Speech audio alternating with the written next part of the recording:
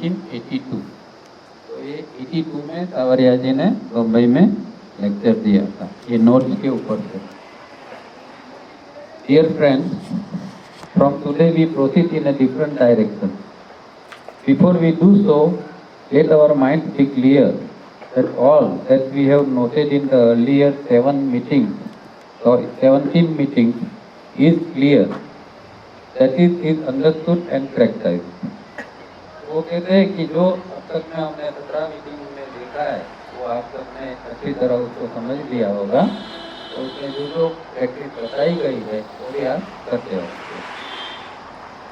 If some thoughts repeatedly keep coming to you, that is of injustice done to you. अब ये paragraph बहुत important है, ध्यान से समझना, क्योंकि हम सबको लागू होता है ये, ईच एंड एवरीवन।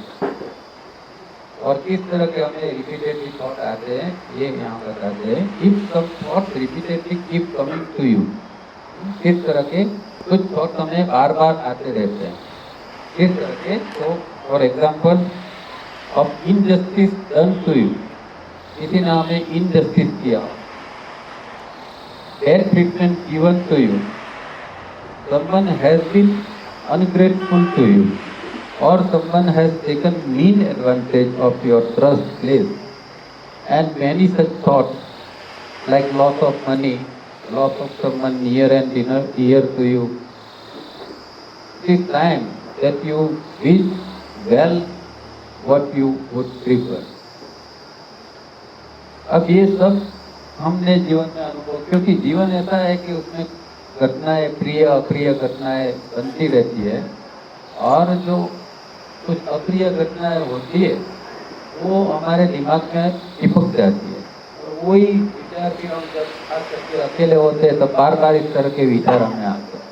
जब बिजी होते हैं तो नहीं आते, और जब अकेले होते हैं तो कैसे विचार आते हैं, जैसे कि किसी ने हमें इनजस्टिस मतलब अन्याय किया है। तो हो सकता है जीवन में कभी किसी के साथ लेती देती हो तो कोई एक दूसरे से कुछ अन्याय हो जाता है, तो वो उसका जो अन्याय है उसकी एक मेमोरी बन जाती है, और हर तरह की ऐसी जो नेगेटिव चीज़ है उसकी एक मेमोरी बन जाती है और उसके अंदर जमा रहती है। और जब हम अकेले पढ़ते हैं तो वही चीज़ बार बार हमें repeated keep coming to you.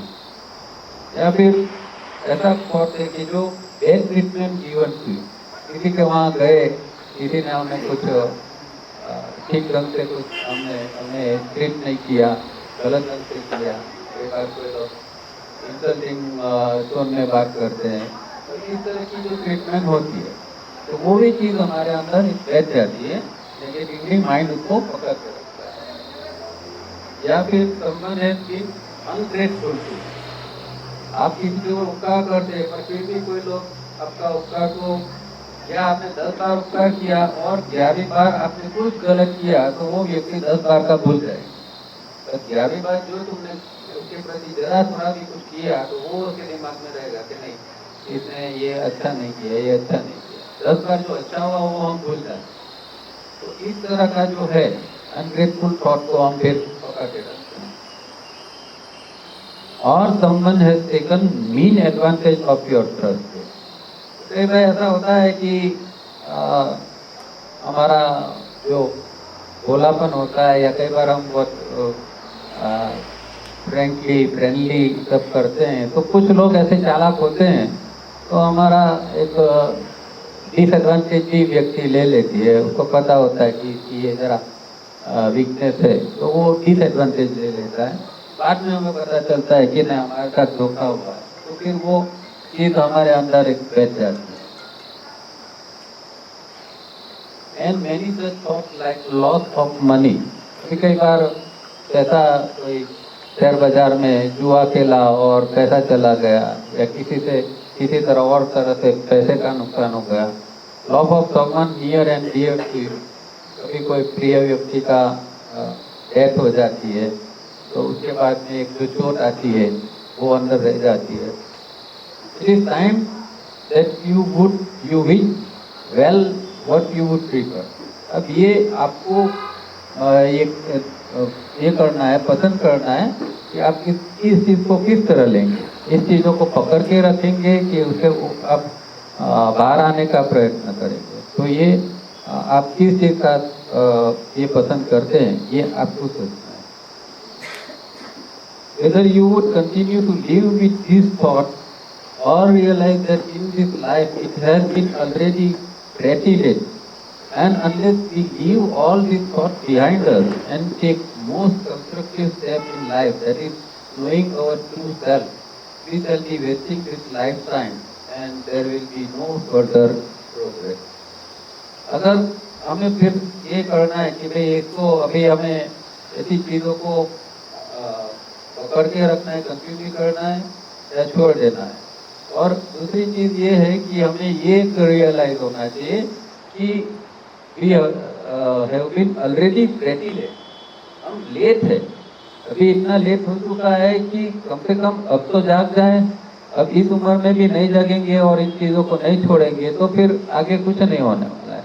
तो एक तो pretty लेट हो गया है, क्योंकि 50 साल की उम्र के बाद से जो है वो काम करना बहुत मुश्किल हो जाता है और फिर थोड़ा संघर्ष अंदर करना पड़ता है, ज़्यादा संघर्ष करना पड़ता है, क्योंकि ये सब मेमोरी पैटर्न बन जाती है ऐसी नेगेटिव चीज़ों की, उसको निकालने के लिए बहुत मेहनत करनी पड़ती है।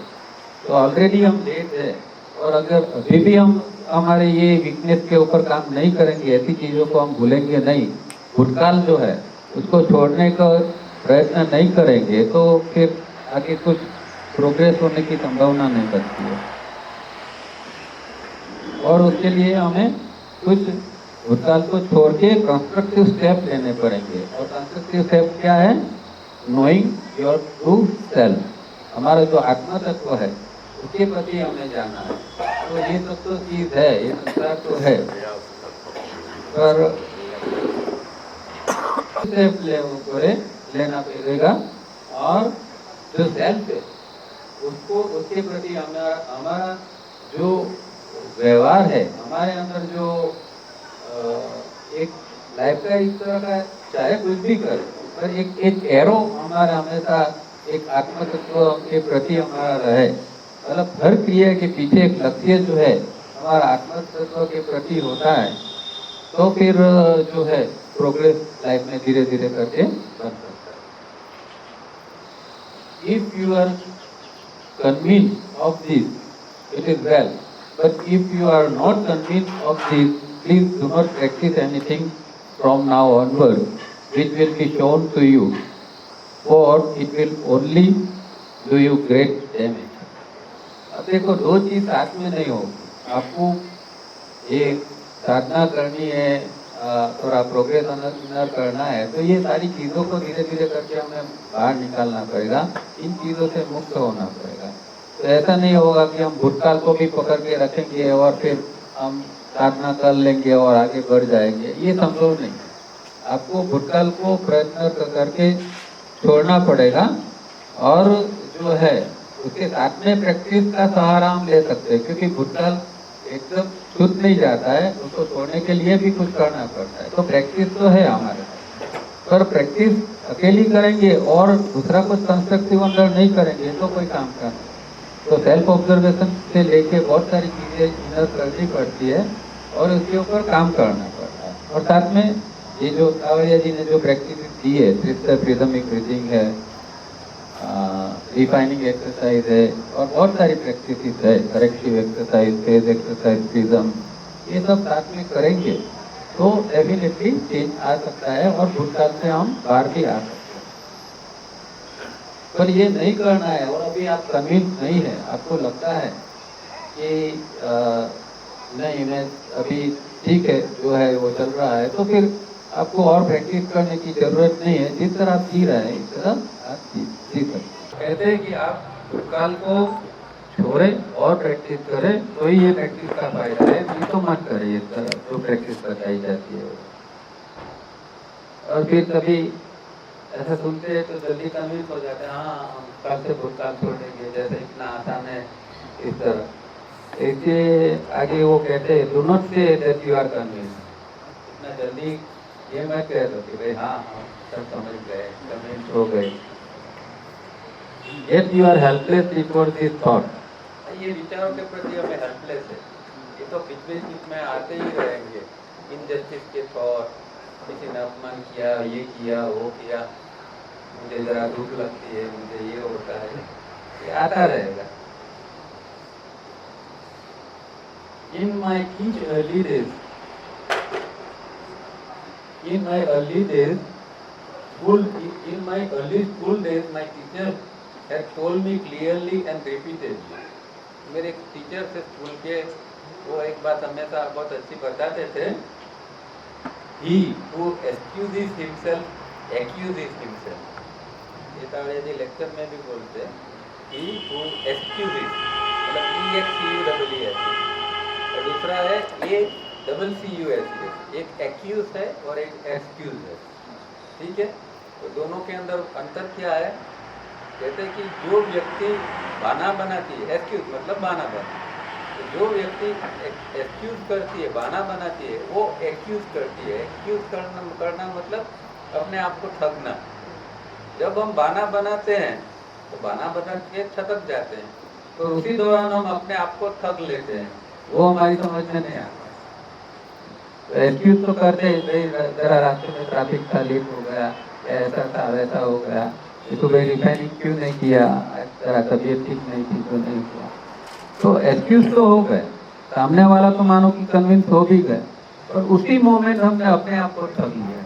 उसका मतलब क्या कि हमने अपने आप से ही बुराई की, हमने अपने आप से ही गलत व्यवहार किया। तो ये देवरिया जी का फेवरेट सेंटेंस था, कई बार बोलते हैं। तो ये मत सोचो कि किसी को एक्सक्यूज करते हम छटक जाते हैं, हम कहते हैं कि चलो चला चली, बात तो खत्म हो गई, पर उसी दौरान हम अपने आप को गलत करते हैं। ये बात हमेशा समझना है। Meaning that whenever one advances an excuse only surely betrays one's lukewarm attitude towards this most important task. तो जो मोस्ट इम्पोर्टेंट टास्क, क्या मोस्ट इम्पोर्टेंट टास्क है, क्या बताया था? कंस्ट्रक्टिव स्टेप क्या था? हमारा सेल्फ के प्रति हमारा लक्ष्य रहे, वो हमारा जो है वो कंस्ट्रक्टिव जो स्टेप था, वो जो है इम्पोर्टेंट टास्क है। और उसके प्रति अगर हम ये एक्सक्यूज करते हैं तो ये हमारा ल्यूकवार्म एटीट्यूड रह जाएगा, मतलब एक हल्का सा प्रयत्न रह जाएगा। इसके लिए ल्यूकवार्म होना ही पर 16,000 सेंटीग्रेड जो गर्मी है, इस तरह का अंदर वार्मनेस चाहिए, इतनी गर्मी चाहिए आगे बढ़ने के लिए, ल्यूकवार्म नहीं चाहिए। ल्यूकवार्म मतलब गुनगुना जैसा होता है ना, इस तरह नहीं। तो जो इम्पोर्टेंट टास्क है, जो लक्ष्य है, उसके प्रति हमारा ल्यूकवार्म एटीट्यूड नहीं, पर एकदम इस तरह सूर्य के अंदर जितनी गर्मी है कितनी अंदर आ जानी चाहिए। इसको पतंजलि महर्षि तप कहते हैं, तपस स्वाध्याय ईश्वर प्रणिधाना क्रिया योग। और what is the purpose of life and world? उसके अलावा और पर्पस क्या है जिंदगी का? जो कुछ है पर्पस है तो यही है जीवन का, कि भाई हम किस तरह हमारे आत्मा तत्व के प्रति बढ़े।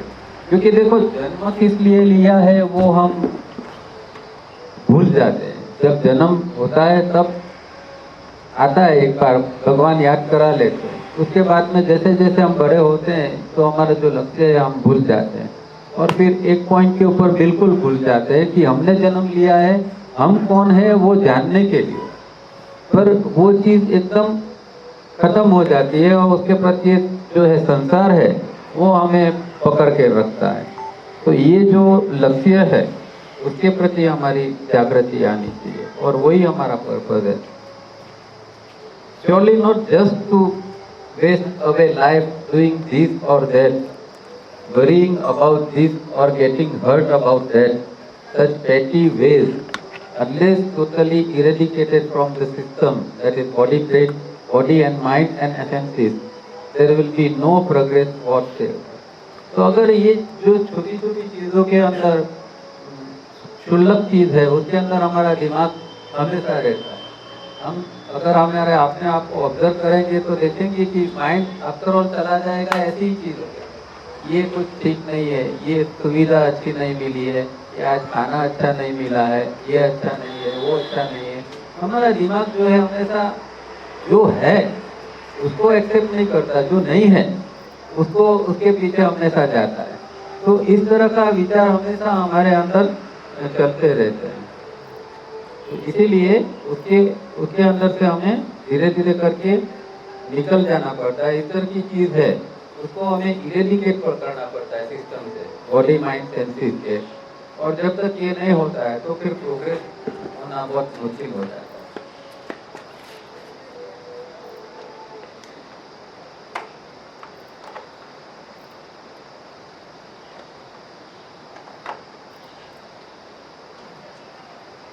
If you are convinced that this step that you intend to take is priceless, not most valuable, then just forget your past. All that has happened in the past, and even should you present be as grateful as the past has been.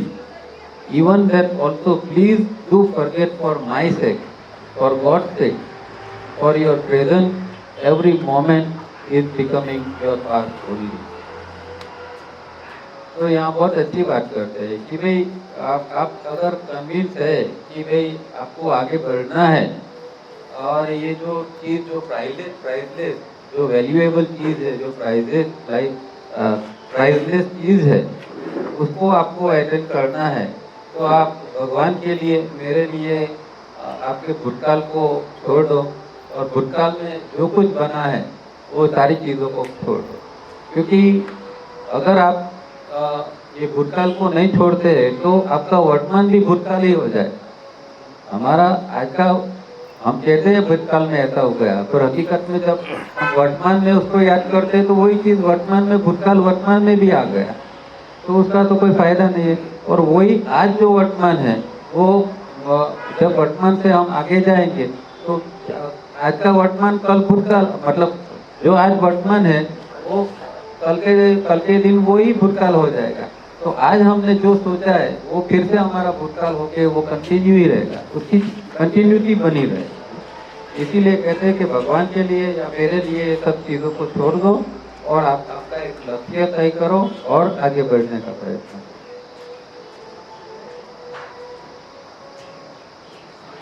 Remember, past and future have no existence except as mere memory और wishful thinking। भूतकाल और भविष्य है क्या? हकीकत में है तो भूतकाल और भविष्य जैसा। आप यहाँ बैठे तो बैठे हैं, यही चीज है, ये हकीकत है। आपका दिमाग भूतकाल में और भविष्य में हो सकता है, आपका शरीर तो हमेशा वर्तमान में ही रहेगा। तो भूतकाल और भविष्य काल तो मन की कल्पना ही है, क्योंकि वो मन से उत्पन्न होते हैं। भूतकाल मन ने उत्पन्न किया, भविष्य भी मन उत्पन्न करता है, प्लानिंग करता है। हकीकत तो एक ही है और ये है वर्तमान। जो कुछ है अभी हमारे सामने, हम जो फील कर रहे हैं, पांचों इंद्रिय से जो सेंस कर रहे हैं वो हमेशा वर्तमान होता है। जब पांचों इंद्रिय का सेंसिंग बंद हो जाता है तो मन जो है हमारा विचार के अंदर चला जाता है, और वो एक हमेशा कल्पना है। तो भूत और भविष्य जैसा है ही, वो मन की नहीं पड़ता है। और क्योंकि हम मन से जीते हैं इसलिए हम या भूतकाल में रहते हैं या भविष्य के अंदर रहते हैं। रहना चाहिए वर्तमान के अंदर।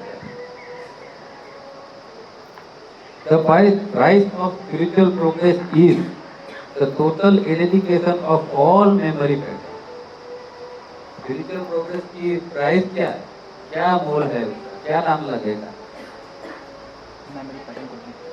मेमोरी पैटर्न को इरेडिकेट करो। जो पुराना है, मेमोरी पैटर्न मतलब क्या कि जो मेमोरी के अंदर जो कुछ पड़ा है, और पैटर्न का मतलब क्या होता है, जो चीज रिपीट होती है वो पैटर्न बनती है। एक विचार आगे चला गया तो ठीक है, वो प्रॉब्लम नहीं। पर जब जो विचार जो है वो एक ही चीज विचार बार बार बार बार बार बार आता रहता है, तब वो पैटर्न बनता है। गुस्सा एक बार किया तो कोई बात नहीं, फिर कल किया, परसों किया, रोज गुस्सा करते तो गुस्सा की पैटर्न हो जाती है। झूठ एक दिन बोला ठीक है, अब रोज झूठ बोलते हैं तो वो पैटर्न बनता है। तो मेमोरी पैटर्न, ये चीजों की भूतकाल जिसको हम कहते हैं, उसकी मेमोरी पैटर्न हमने बना ली है। तो मेमोरी पैटर्न को आपको निकालना पड़ेगा। तो उसकी प्राइस एक ही है कि मेमोरी पैटर्न जो कुछ है ये भूतकाल की, उसको आपको इरेडिकेट करना पड़ेगा, उसकी सफाई कर देनी पड़ेगी। For as long as this memory pattern last, your series of birth and death will continue. इससे क्या होगा? मेमोरी, हमारा दूसरा जन्म का पर्पस क्या है? दूसरा जन्म किस काम से हम लेते हैं? क्या चीज है कि जो हमें दूसरा जन्म लेने के लिए हमें मजबूर करती है? हमारी डिजायर हमारी डिजायर चालू रहती है यहाँ में मेमोरी पैटर्न, हमारी मेमोरी पैटर्न जो है वो हमें, अगर मेमोरी पैटर्न निकल गई, सबकी सब साफ हो गई, तो दूसरा जन्म की जरूरत ही क्या है? हमारे मेमोरी पैटर्न है वही हमें बार बार जन्म लेने के लिए मजबूर करती है। And by so doing, work for that this moment when your own mind will be able to see and hear and be guided by your own immortal, indestructible self, Ishvara, Gurudeva. That great and blessed moment is worth all the wealth of the world, is worth forgetting the happiest and most grateful moment, that is any memory pattern of the past, and of not replacing such moments by dreaming the pleasure further. Instead, divert all your energies to obtaining that moment of grace. तो यहाँ एक दूसरी बात करते हैं, बहुत अच्छी बात करते हैं, ग्रेस की बात करते हैं कि अगर आप जो है ये चीज़ों से आप जब निकल जाते हैं, इस तरह की मेमोरी पैटर्न से जब आप मुक्त होते हैं, तो एक दिन क्या होगा कि आपका जो आत्म तत्व है उसका ही एक आशीर्वाद, एक ब्लेस मोमेंट आपके ऊपर आएगी, ग्रेस का आप अनुभव करेंगे। आपका आत्मा तत्व ही आपको जैसे कि आशीर्वाद दे रहा है और गाइड कर रहा है, और आगे बढ़ने के लिए स्पिरिचुअल पार्ट के ऊपर गाइड आपको करेगा, आगे बढ़ने के लिए वो आपको मार्गदर्शन करता रहेगा। और ये जो ब्लेसफुल जो मोमेंट है, ये जो है वो वेल्थ ऑफ द वर्ल्ड, जो संसार की पूरी संपत्ति है उससे भी ज्यादा कीमती कोई चीज है, वो हमारा आत्म तत्व है, और आत्म तत्व की वो ग्रेस मोमेंट है। तो व्यक्ति जब साधक जो है ये मार्ग के ऊपर जब आगे बढ़ता है तो उसको कभी कभी ऐसे ब्लेस मोमेंट का अनुभव होता है, और ये ब्लेस मोमेंट बहुत काम की चीज है।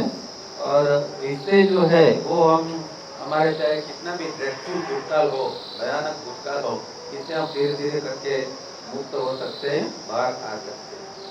तो ये चीज़ है, और हमें हमारी जो पूरी जो एनर्जी है, जो हमारी पूरी ऊर्जा जो है, उसको हमें ये ग्रेसफुल मोमेंट को प्राप्त करने के लिए हमें लगा देनी चाहिए। The moment of grace is the blissed moment when the mind stops all the modifications that ever constantly seared within, and the result of which has been either painful or not painful, as Patanjali would say. तो ये graceful moment कब आती है कि जब आप when you stop all the modifications मतलब वृत्ति, विचार और वृत्ति जो चल रहा है हमारे, जब सब विचार और वृत्ति, जो वृत्ति किस प्रकार की, पेनफुल और नॉट पेनफुल, तो जो दुखद मेमोरी है, दुखद जो वृत्ति है हमारे अंदर, जो उसके जो विचार है, उसकी जो वृत्ति है, जो विकसित करती है, स्टीयर मतलब विकसित करना है, तो विकसित करनारी जो वृत्ति है, विचार है, वो जब बंद हो जाते हैं, और वो चीज़ से जो हमें जो पेनफुल है और नॉट पेनफुल है, इस तरह की जो वृत्ति है वो सब बंद हो जाती है, तब ग्रेसफुल मोमेंट का अनुभव होता है। तो इतना आसान नहीं है कि हमने कुछ सोच लिया या कोई प्रार्थना कर ली या कुछ इच्छा कर ली तो हमें इस तरह की ग्रेसफुल मोमेंट हो जाए। इसके लिए हार्ड वर्क करना पड़ता है, ये जो मॉडिफिकेशन है, वृत्तियों को कम करना पड़ता है, विचारों को कम करना पड़ता है, और सेल्फ के साथ जीने का प्रयत्न करना पड़ता है, तो इस तरह की ग्रेसफुल मोमेंट का अनुभव होता है। भगवान Patanjali says, memory is the holding on to what which has been known. Memory is the holding. Memory क्या है? जो चीज है, जो हम जानते हैं उसको वो पकड़ के रखती है, उसको मेमोरी कहते हैं। मेमोरी मतलब स्मृति। स्मृति क्या है? जो हमने जाना है और जाना हुई चीज को हमने अंदर पकड़ के रखा है, उसको मेमोरी कहते हैं। मैं आपको जानता हूँ, तो इसका मतलब क्या हुआ कि जो नोन मतलब आपको मैंने जाना, तो आपको जो जाना है उसको मैंने दिमाग में कहीं पकड़ के रखा है, जिसको हम स्मृति कहते हैं। तो स्मृति ये है कि holding on to that which has been known, जो जाना है उसको पकड़ के रखना है। सर फिर मेमोरी अलग अलग हो सकती है, गलत हो सकती है, अच्छी हो सकती है, नेगेटिव हो सकती है, पॉजिटिव हो सकती है, और प्रकार की हमारे अंदर मेमोरी हो सकती है। और मेमोरी का मतलब इतना कि कुछ अंदर पकड़ के रखा है। और दूसरा कोटेशन है when the, ये भी योग सूत्र का ये है, when the object to be gained is sufficiently valued and the effort towards its attainment are persistently followed without intervention, then the steadiness of the mind is secured. हमको क्या चाहिए? स्टेडी ऑफ माइंड, मन की स्थिरता चाहिए। सबको मन की स्थिरता चाहिए। मन हमारा डामाडोल है, गलत विचार आते रहते हैं, हम डिस्टर्ब होते हैं, तो ये सारी चीज़ों से हमें मुक्त होना है, स्टेडी ऑफ माइंड में सिक्योर करना है। तो वो कब होगा? When the object to be gained is sufficiently valued. Object of gain, कोई कौन सा ऐसा ऑब्जेक्ट है जिसको हमें गेन करना है? सेल्फ। जो सेल्फ है वही तो हमारा लक्ष्य है, जो जिसको गेन करना है। पर अगर हम मान ले कि वो तो थोड़ा ऊंचा लक्ष्य है, पर ये जो सेंटेंस है वो हर जगह अप्लाई होता है कि जो चीज़ आपको प्राप्त करनी है, चाहे वो पैसा है, चाहे कोई और चीज़ है, उसके लिए अगर आपके अंदर सफिशिएंटली वैल्यू नहीं होगी तो आप वो चीज़ को अटेंड नहीं कर पाएंगे। या देखें कि भाई हमारे प्रैक्टिस के लिए सबसे जरूरी है 3 स्टेप रिदमिक ब्रीथिंग। तो लोग कहते हैं कि 3 स्टेप का प्रयत्न करते हैं फिर भी हमारा नहीं हो रहा है। क्यों नहीं हो रहा है? एक ही कारण है कि हमने अभी उसको सफिशिएंटली वैल्यू नहीं किया। अगर 3 स्टेप रिदमिक ब्रीथिंग को हम सफिशिएंटली वैल्यू करते हैं तो उसके ऊपर हम जान लगा देंगे, उसके पीछे लग जाएंगे, और इतना हमारा एफर्ट होगा कि वो जो है वो, और इसका ये रिजल्ट ऐसा आएगा कि जो स्टेडी ऑफ माइंड जो है वो हमें सिक्योर हो जाएगा, वो हमें प्राप्त हो जाएगा। तो ये सेंटेंस हर जगह हम अप्लाई कर सकते हैं। पैसा कमाना है तो आप वैल्यू करते हैं पैसे को, इसीलिए आप पैसे के पीछे से पड़ जाते हैं। और अंदर का जो है, अंदर की जो हमारे अंदर जो वैल्यूज है, मतलब जो हमारे अंदर जो अच्छी चीज है, उसको हम ऑब्जेक्ट नहीं बनाते, ये हमारा एक लक्ष्य नहीं बनाते, इसीलिए इसके प्रति हम ज्यादा लक्ष्य नहीं देते। हमारा एक होता है कि भाई थोड़ा अच्छा माइंड हो, अच्छा शरीर हो, थोड़ा अध्यात्म का लिए आगे बढ़े, पर ये सारी चीजें जो है वो अभी एक जिसको कहते हैं एक लक्ष्य जैसा नहीं हो गया है। और अगर लक्ष्य बनता है तो हम इसके लिए सफिशिएंटली इसको वैल्यू करते हैं, तो हम सफिशिएंटली उसके प्रति एफर्ट लगा सकते हैं। और दूसरी शर्त उन्होंने लिखी है कि उसको परसिस्टेंटली फॉलो करना है विदाउट इंटरनेट। मतलब कि आज किया, कल नहीं किया, परसों किया, तो फिर कोई रिजल्ट नहीं आता है। जिस चीज़ को हम जिसको वैल्यू करते हैं उसको हमें ये जो है रोजाना विदाउट इंटरनेशन करते ही रहना है, तो फिर एक दिन इसका अच्छा रिजल्ट हमें प्राप्त हो सकता है।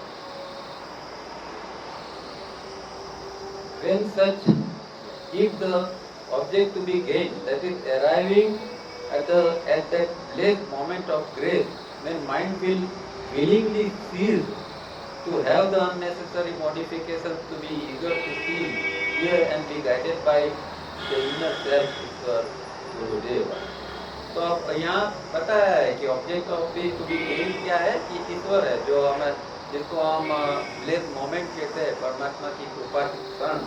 तो परमात्मा की कृपा की क्षण के लिए हमें एकदम अंदर से ऐसी एक विलिंगनेस होनी चाहिए कि हमारे जो अननेसेसरी मॉडिफिकेशन, अंदर जो गलत विचार चल रहा है वो धीरे धीरे करके बंद हो जाए, चीज खत्म हो जाए इस तरह के विचार। और हम इस तरह के अंदर एक ईगरनेस आनी चाहिए, eager to see, hear and be guided by. तो भगवान का आवाज सुनने के लिए अंदर एक तमन्ना आनी चाहिए, उसको देखने के लिए तमन्ना आनी चाहिए, और उसका गाइडेंस प्राप्त करने के लिए इस तरह के अंदर भावना बनती है, तो फिर आगे जाके ये ग्रेसफुल मोमेंट का अनुभव हो सकता है। When such a blessed moment is sufficiently valued, the effort will naturally be tireless, unceasingly, and only with one aim, that is to secure that blessed moment, which is known as the moment when grace descends. Normally, what aspirants know is darshan, but grace does not descend on one who has not put in tireless endeavor and valued specially this moment of grace. तो ये जो bless moment है और जो bless moment of जो grace है वो उसके लिए यही है कि ये टायरलेस थके बिना वो व्यक्ति प्रयत्न करती रहे और ये जो है वो जो ग्रीफ जिसको नॉर्मल भाषा में हम दर्शन भी कहते हैं कि भगवान का दर्शन या भगवान की कृपा का अनुभव, ये जो चीज जो है वो किसके ऊपर नहीं उतरती है और किसके ऊपर उतरती है? भगवान की कृपा किसके ऊपर उतरती है? कि यहाँ क्या काम? Tireless efforts. टायरलेस एंडोवियर।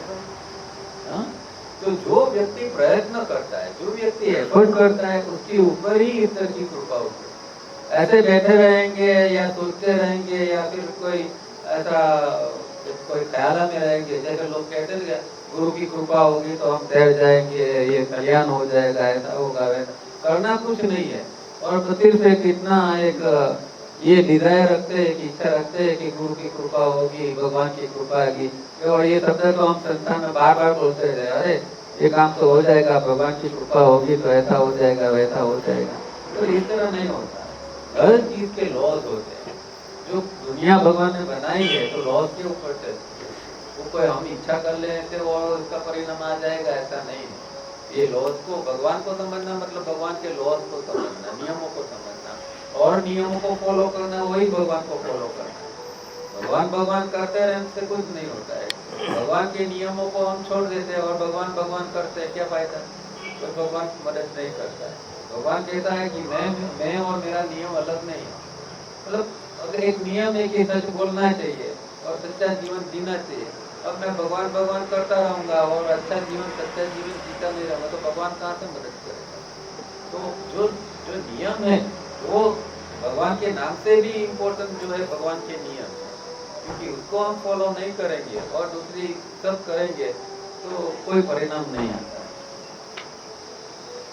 इसीलिए एफर्ट का यहाँ अध्यात्म के अंदर बहुत महत्व है। जितना प्रयत्न करोगे इतनी वो ग्रेसफुल मोमेंट के आप नजदीक जाते जाओगे। Patanjali says, the Lord of the mind, the perceiver, is ever aware of the constantly active mind stuff, the effect producing cause. बहुत अच्छा है ये सूत्र। Lord of the mind, Lord of the mind कौन है? यूनिवर्सल डिवाइन माइंड, हमारे अंदर की बात, दृष्टा। लॉर्ड ऑफ द माइंड कौन है? हमारे अंदर का परसीवियर, दृष्टा जो है, जो आत्म तत्व है। हमारा दृष्टा हमारा आत्म तत्व है। वो क्या है? He is aware of the constantly active mind stuff. Mind stuff मतलब मन और मन की वृत्तियां, मन की वृत्ति, मन जो है हमारा अभी दृष्टा भाव में, सॉरी मन नहीं पर आत्म तत्व ऐसा दृष्टा भाव में है कि मन के अंदर क्या वृत्तियां चल रही है वो सब उसको पता है, पर वो इंटरफियर नहीं करता है। जब एक स्टेज ऐसा आता है कि हम इसके लायक बनते हैं तब वो इंटरफियर करता है और हमें गाइडेंस करता है। अभी हमारा आत्म तत्व जैसे एथिक है या नहीं कोई फर्क नहीं पड़ता है, क्योंकि वो दृष्टा भाव में हम बुरा भी करते हैं तो भी वो कुछ अभी नहीं करेगा। तो जो जिस मोमेंट पर आप उसकी हेल्प लेने के लिए तैयार है, आप उसको प्रे करेंगे कि नहीं अभी मुझे आपका गाइडेंस की जरूरत है, मुझे बताओ, मार्ग बताओ, मुझे अध्यात्म में जाना है, मुझे आगे बढ़ना है, तो कोई मोमेंट के ऊपर वो गाइड करेगा। अभी तो वो जो है वो दृष्टा भाव के अंदर ही रहता है हमारा जो आत्मा तत्व है। और दूसरा बहुत अच्छा शब्द है इफेक्ट प्रोड्यूसिंग कोर्स। इसका मतलब क्या? ये इफेक्ट प्रोड्यूसिंग फोर्स के ऊपर पूरा संसार है। इफेक्ट प्रोड्यूसिंग फोर्स का मतलब क्या है? अरे पानी। इसका मतलब क्या है? कर्म का बीज। हम्म। इफेक्ट प्रोड्यूसिंग फोर्स, फोर्स मतलब कारण, इफेक्ट मतलब असर। तो जो आप कर रहे हैं उसका जो कारण है वो कारण ही दूसरे जन्म का कारण बनता है। आज जो चीज मैंने की, अच्छी है या बुरी, जो कारण मैंने जो बोया है, वो कारण जो है वो उसके असर के रूप में मुझे दूसरा जन्म और दूसरे जन्म में मिलने वाली चीज है, चाहे अच्छी है या बुरी है हमारे हिसाब से। तो जैसे कि कोई पैसे वाला के घर जन्म लेना वो हमारे हिसाब से अच्छा हो सकता है कि भाई हाँ पैसे वाले के यहाँ नया जन्म मिल गया। तो पर वो आध्यात्मिक के अंदर ऐसा नहीं है। उसके अंदर जो भी है वो इस तरह का जो हमारे अंदर जो आता है वो सबका कर्म बीज जो है वो ये है। तो इफेक्ट प्रोड्यूसिंग बहुत इम्पोर्टेंट ये है। तो ये जो परसिवियर जो है वो सब हम देखता रहता है और वो ये भी देखता है कि भाई देखो ये कर्म किया तो ये इसका इफेक्ट प्रोड्यूसिंग फोर्स बन गया। दूसरे जन्म में इस फोर्स को उसको उसका परिणाम मिलेगा, जिसको हम कहते हैं ना कि कर्म का फल। तो इसका मतलब क्या है? ये जो शब्द है ना इफेक्ट प्रोड्यूसिंग फोर्स मतलब कि कर्मफल। कर्मफल जो है वो इस जन्म में जो करते हैं वो कभी न कभी कर्मफल के रूप में आते हैं, पर रास्ता जो है वो अभी इसमें कोई इंटरेस्ट नहीं ले रहा है। जिस मोमेंट के ऊपर हम वो इन्वॉल्व होगा उसके बाद में आपकी गेम चेंज हो जाएगी। उसके बाद में हमें प्रॉपर गाइडेंस मिलेगा, हम काम करेंगे इस तरह का, तो एक नया चीज नई चीज बनेगी। लास्ट पैराग्राफ पढ़ लेते हैं। Remember, dear friends, that it is difficult to obtain a human birth where it is possible to be conscious of the spiritual path.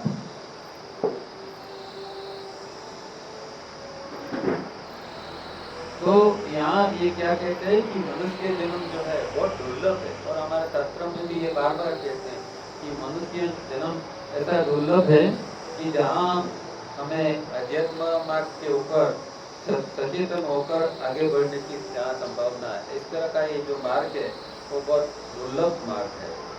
If such a great opportunity has come your way in this life, do not, for the God's sake, let this opportunity go to waste. अगर आपके जीवन में कोई ऐसी तक आती है, एक अपॉर्चुनिटी आती है कि आपको इस तरह की ब्लेस मोमेंट मिले या इस तरह का एक मौका मिले अध्यात्म में आगे जाने के, कोई ऐसे कोई महापुरुष का संपर्क में आए, किसी गुरु के संपर्क में आए, ऐसी कोई अच्छी जगह पर आपको रहने की एक मौका मिले और उस दौरान आप जो है ये ग्रेसफुल मोमेंट का अनुभव करने का आप प्रयत्न करते हैं, तो इस तरह को वो अपॉर्चुनिटी को कभी भी वेस्ट मत कर। अब यहाँ आते हैं और बहुत बड़े दुख की बात यह है कि हम यहाँ आते हैं फिर भी पूरा संसार लेके आते हैं। हम कुछ चेंज करने के लिए कोई हमारे अंदर कोई ये नहीं है।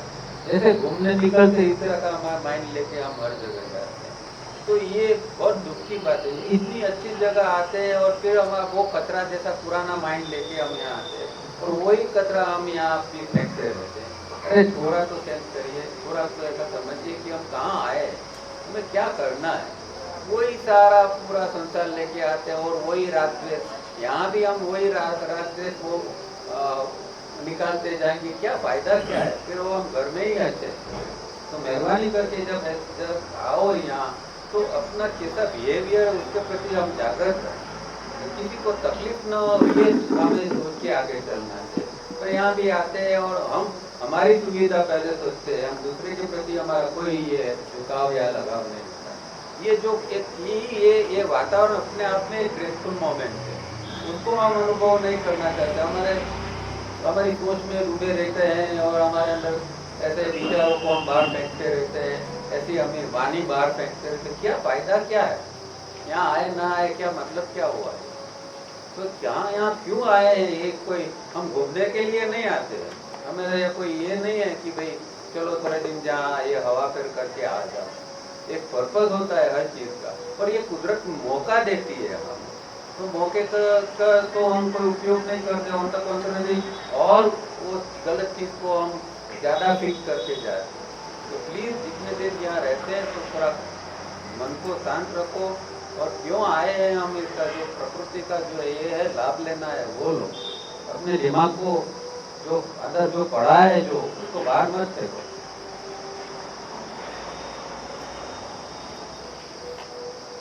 The penalty of such neglect will be that you will not get such an opportunity again for many lifetimes.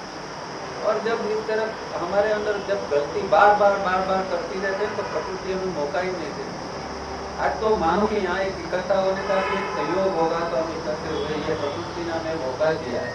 ऐसा नहीं है कि हम हमारी मर्जी से यहाँ आ गए, तो प्रकृति ने मौका दिया है, तो एक मोमेंट मिली है तो उसका हमें अच्छा सा एक उपयोग करना।